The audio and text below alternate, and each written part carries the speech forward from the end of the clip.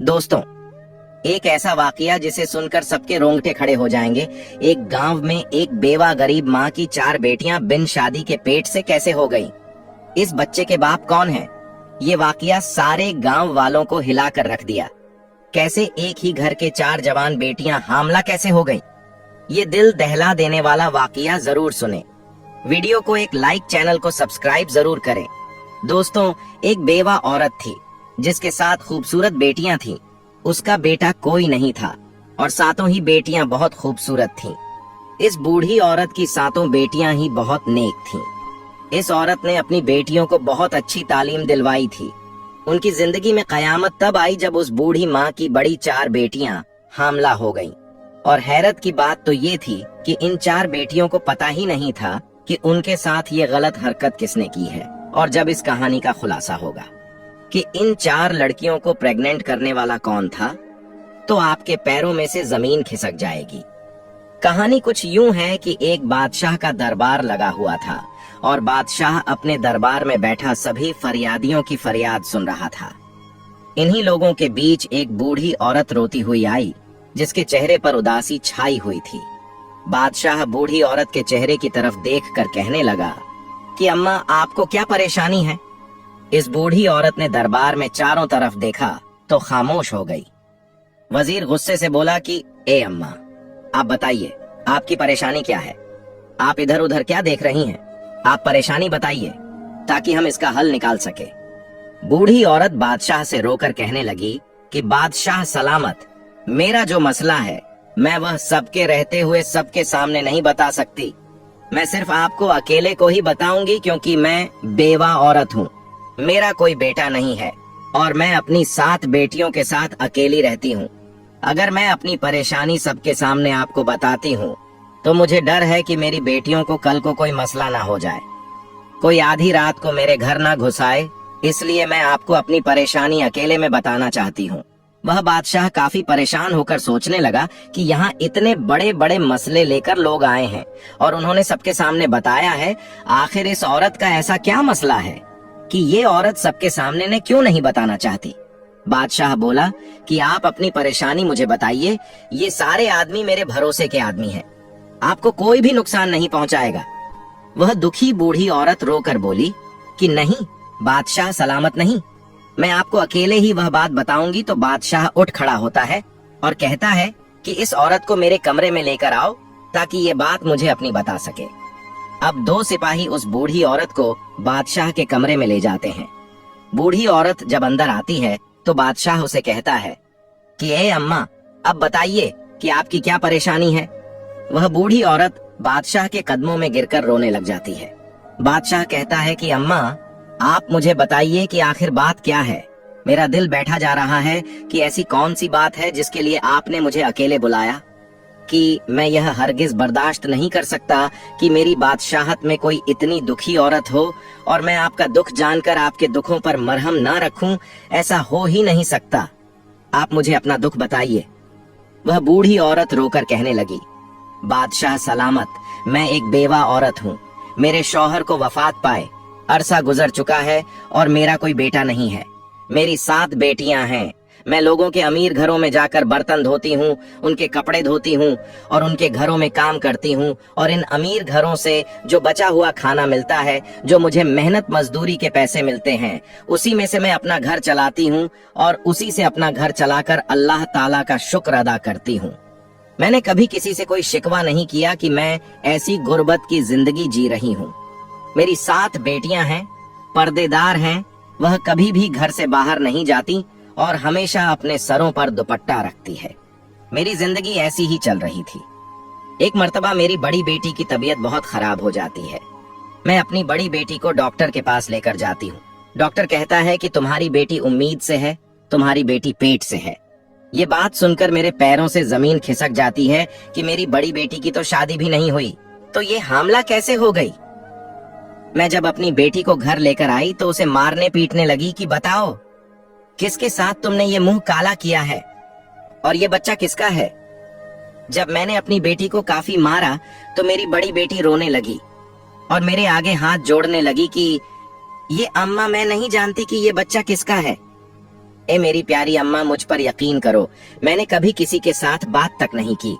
मैं कभी घर से अकेली बाहर नहीं गई। मैंने कभी किसी के साथ आंख नहीं मिलाई। ए मेरी अम्मा, मुझे नहीं पता कि यह बच्चा मेरे पेट में कैसे आया है। वह बूढ़ी औरत अपनी बेटी पर यकीन कर लेती है और कहती है कि बादशाह सलामत, मैंने इस बेटी को पैदा किया था।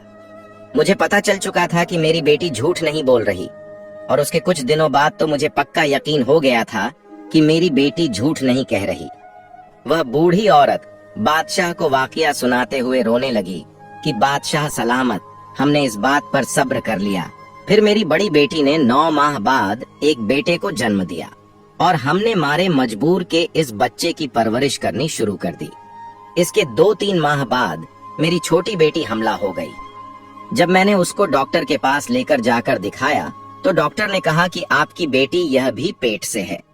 और डॉक्टर की यह बात सुनकर मेरे दिल को दूसरा झटका लगा। मैं सोचने लगी कि मेरी बेटियों के साथ ये सब कौन कर रहा है। हमारे घर पर भी कोई नहीं आता है और मेरी बेटियां बाहर भी नहीं जाती हैं। मैंने अपना वाकया अल्लाह पर छोड़ दिया कि यह अल्लाह मुझे इस बात का पता चल जाए कि मेरी बेटियों के साथ ये गंदी हरकत कौन कर रहा है। मेरी दूसरी बेटी ने भी एक बच्चे को पैदा किया, उसके बाद मेरी तीसरी बेटी उम्मीद से हो गई, और फिर मेरी चौथी बेटी जो 14 साल की थी वो पेट से हो गई। मैं तो लुट गई, बर्बाद हो गई। मुझे तो कुछ नहीं पता चल रहा कि मेरे घर पर ये क्या हो रहा है। इस दुखी माँ का ये वाकया सुनकर राजा हक्का बक्का हो जाता है कि ये कैसा वाकया सुना रही है। बूढ़ी औरत अपनी कहानी सुनाकर बादशाह के पांव पकड़ लेती है कि ए बादशाह सलामत, मुझे इंसाफ चाहिए। मुझे पता करना है कि मेरी बेटियों के साथ ये गलत हरकत कौन कर रहा है। बादशाह सलामत, मेरी बेटियों के मुजरिम को आप पकड़े। मैंने बहुत ढूंढने की कोशिश की, मुझे जरा पता नहीं चला कि वह इंसान कब आता है। हमारे घर उसने हमारी जिंदगी बर्बाद कर दी है। बादशाह सलामत पूरी कहानी सुनकर कहने लगा, ए अम्मा, तुम अब बोल रही हो। तुम्हारी चौथी बेटी के साथ ये हरकत हुई है। तुम्हें तो तब आना चाहिए था जब तुम्हारी पहली बेटी के साथ गलत हरकत हुई थी। अगर तुम उस वक्त ये बात बताती तो तुम्हारी बाकी 3 बेटियों के साथ ये सब कुछ ना होता। मगर जब तुम जैसे गरीब लोग होते हैं, वह लोगों की बदनामियों से डरकर यह जहर पी लेते हैं और फिर वही जहर तुम्हारे अंदर काटता रहता है। तुम्हें जब बात तुम्हारी बर्दाश्त से बाहर हो जाती है, फिर तुम लोग आकर बताते हो कि ये मसला हो गया है। और अम्मा, तुम भी उन लोगों में से हो जो अब आई हो। वह बूढ़ी औरत अपनी गलती तस्लीम करती है कि मुझे पहले आना चाहिए था, लेकिन अब मैं आ चुकी हूँ। जो कुछ हो गया सो हो गया, लेकिन अब मेरी बेटियों के मुजरिम का पता लगना चाहिए कि वह कौन है। बादशाह सलामत बहुत ही नेक दिल मेहरबान थे। कहने लगे कि अम्मा, अब तुम घर जाओ। अब ये परेशानी तुम्हारी नहीं है, अब ये परेशानी मेरी है और मुझसे बर्दाश्त नहीं होता कि मेरी सल्तनत में कोई औरत इतनी दुखी हो। कोई दरिंदा गरीब औरत पर जुल्म कर रहा है और मैं चैन की नींद सो लूं। मेरे बादशाह होने पर लानत है, इसलिए आप अपने घर जाइए। अब ये परेशानी मेरी है। वो बूढ़ी औरत वहां से खामोशी से अपनी चादर लपेटे हुए वहां से बाहर आ गई और अपने घर चली गई। अब बादशाह सलामत वहां से निकलकर वापस आकर बैठ गए और बाकी तमाम लोगों के मसाइल सुनने लगे। लेकिन बादशाह का ध्यान उसी औरत की तरफ था कि इस औरत को इंसाफ मिलना चाहिए। बादशाह लोगों के मसाइल सुनकर जब फ्री होता है तो वह अपने कमरे में वजीर को बुलाता है। वजीर जब बादशाह के चेहरे पर आई परेशानी देखता है तो वह पूछता है, कैसी कौन सी बात बताकर गई है वह बूढ़ी औरत जिसकी वजह से आप इतने परेशान हो गए हैं। बादशाह कहने लगा कि मेरी सल्तनत में ऐसे ऐसे लोग हैं जो इतना बड़ा गुनाह करते हैं और यह भी नहीं सोचते कि उनका गुनाह जब हमारे सामने खुल गया तो हम उसको सख्त सजा देंगे। वजीर भी परेशान होकर बोला कि बादशाह सलामत, बता दीजिए कि क्या मामला है।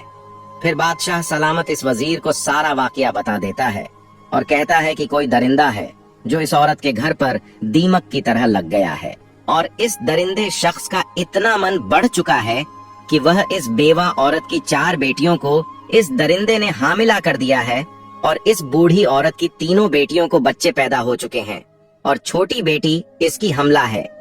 इस बूढ़ी औरत की बाकी 3 बेटियों की इज्जत को भी खतरा है। हमें पता लगाना होगा कि इस बूढ़ी औरत के घर कौन आता है, किस वक्त आता है। इसके बाद बादशाह सलामत और वजीर सोचने लग जाते हैं कि इस बात का कैसे पता लगाया जाए। थोड़ी देर बाद वजीर कहता है कि ये बादशाह सलामत, मेरे मन में एक तरकीब आई है। बादशाह कहता है कि जल्दी बताओ कौन सी तरकीब है। वजीर कहता है कि ये बादशाह सलामत, दीवारों के भी कान होते हैं, इसीलिए मैं आपके कान में ये बात बताऊंगा। तो वजीर बादशाह सलामत के कान में कुछ कह देता है, यानी कोई तरकीब बताता है जो बादशाह सलामत को भी पसंद आ जाती है।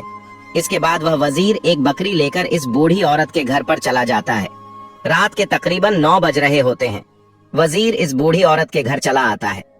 बूढ़ी औरत वजीर को देखकर कहती है कि ए वजीर, आप इस वक्त मेरे घर पर क्या कर रहे हैं।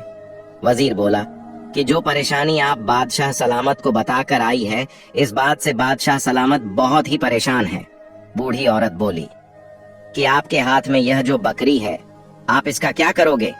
वजीर बोला कि आप मुझे अपने घर के अंदर आने दीजिए, इसके बाद मैं आपको बताऊंगा कि मैंने क्या करना है। अंदर आकर वजीर बूढ़ी औरत से कहने लगा कि आज हम इस बकरी का चारा बनाकर इस दरिंदे को खिलाएंगे। बस तुम लोग कुछ भी मत बोलना और चुप करके देखती रहना कि वह दरिंदा कैसे पकड़ा जाएगा। इसलिए आप तमाम लोग आराम से सो जाइएगा। अगर हमारा यह काम कामयाब हो गया तो पता चल जाएगा कि वह दरिंदा कौन है। इसके बाद वजीर इस बकरी को लेकर घर की छत पर चला जाता है और घर की छत पर इस बकरी को बांध देता है और फिर चुपके से इस घर से बाहर चला जाता है। और वजीर जाते हुए इस बूढ़ी औरत और इसकी बेटियों से कहता है कि आप लोग आराम से सो जाइएगा, ये मत सोचिए कि आप लोगों को किसी तरह का कोई नुकसान पहुंचेगा। और वजीर 2 सिपाहियों को बोल देता है कि इस बूढ़ी औरत के घर के आसपास पहरा लगाव। वजीर बूढ़ी औरत और उन लड़कियों को तमाम बात समझा देता है कि तुम्हारे घर में ऐसी कोई भी आवाज नहीं आनी चाहिए जिससे पता चल जाए कि हमने जाल बिछाया हुआ है। उसके बाद वजीर बादशाह के पास महल में चला जाता है। बादशाह उसी बात को लेकर काफी परेशान होता है। बादशाह वजीर से कहता है कि ए वजीर, तुमने इस बकरी को वैसे ही पहुंचा दिया है जैसे हम चाहते थे। तो वजीर बोला कि जी बादशाह सलामत, मैंने इस बकरी को वहीं पर बांध दिया है और अपने मकसद के मुताबिक मैं सारा काम कराया हूँ। वजीर कहने लगा कि ये बादशाह सलामत, अब आप भी सो जाइए। बादशाह कहने लगा कि मैं कैसे सो सकता हूँ, वह मजलूम औरतें हैं, उन पर जुल्म हो रहा है। मुझे ऐसे में नींद नहीं आएगी जब तक मैं इस जालिम शख्स को पकड़ के उसको सजा ना दे दूं। बहरहाल जब आधी रात का वक्त आता है तो उस बूढ़ी औरत के घर के आसपास एक साया सा लहराता है। वह शख्स घर की छत पर आता है और छत में से वह सहन में आ जाता है। बकरी ने छत पर जब किसी शख्स को देखा तो बकरी एकदम से चिल्लाने लगी। उस वक्त आधी रात का वक्त हो चुका था। हर तरफ सन्नाटा छाया हुआ था और आधी रात को बकरी की आवाज दूर दूर तक गूंज रही थी। जो सिपाही छुपकर पहरा दे रहे थे, उन लोगों को जो बकरी की आवाज सुनाई दी तो उन लोगों को पता चल गया कि घर में कोई दाखिल हो चुका है। और मकसद यही था कि इस बकरी को छत पर बांधने का, कि इस घर में जो कोई शख्स भी आएगा बकरी उसको देखेगी और बोलने लगेंगी। बकरी की आवाज सुनकर सिपाही चौकन्ने हो जाएंगे। जब वह शख्स घर के कमरे में आया तो सिपाहियों को भी पता चल गया बकरी के बोलने से, और बाकी इन बुढ़िया औरत और उसकी बेटियों को भी पता चल गया कि बकरी बोल रही है। इसका मतलब है कि घर में कोई घुस आया है। वह भी चौकन्नी हो जाती है। बकरी की आवाज सुनकर सिपाहियों को भी पता चल जाता है और सिपाही घर के अंदर दाखिल हो जाते हैं। जब आने वाले शख्स ने घर में सबको जागते हुए देखा तो वह पीछे की तरफ भागने लग जाता है और पीछे से वह 2 सिपाही आकर उस आदमी को पकड़ लेते हैं। इस आदमी ने अपने चेहरे पर काला कपड़ा लपेटा हुआ था ताकि इस आदमी को कोई पहचान न सके। जब इन सिपाहियों ने इस आदमी के चेहरे से कपड़ा हटाया तो वह बूढ़ी औरत और उसकी बेटियां हैरान हो गई। बेटियों को लेकर आखिरकार सुबह हो गई।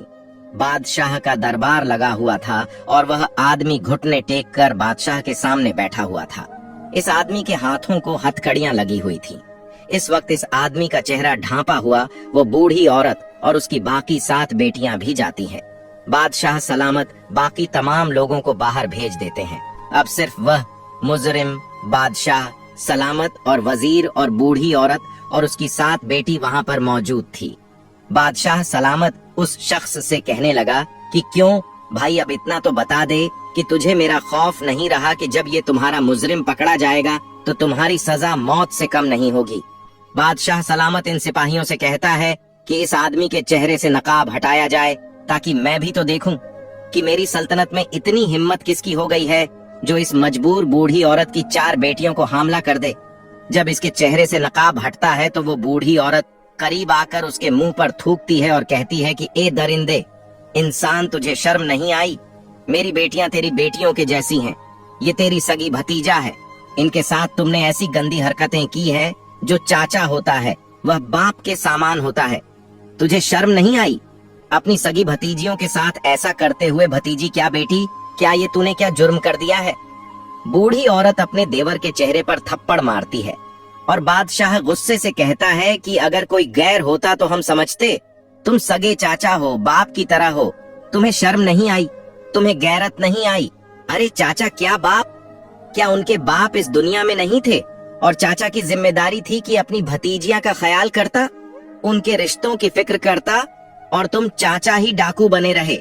इसके बाद भी वह शख्स कहने लगा कि ए बादशाह सलामत, मैं इन लड़कियों का चचा हूँ, ये हमारे घर का मामला है, आप हमारे घर के मामले से दूर रहें।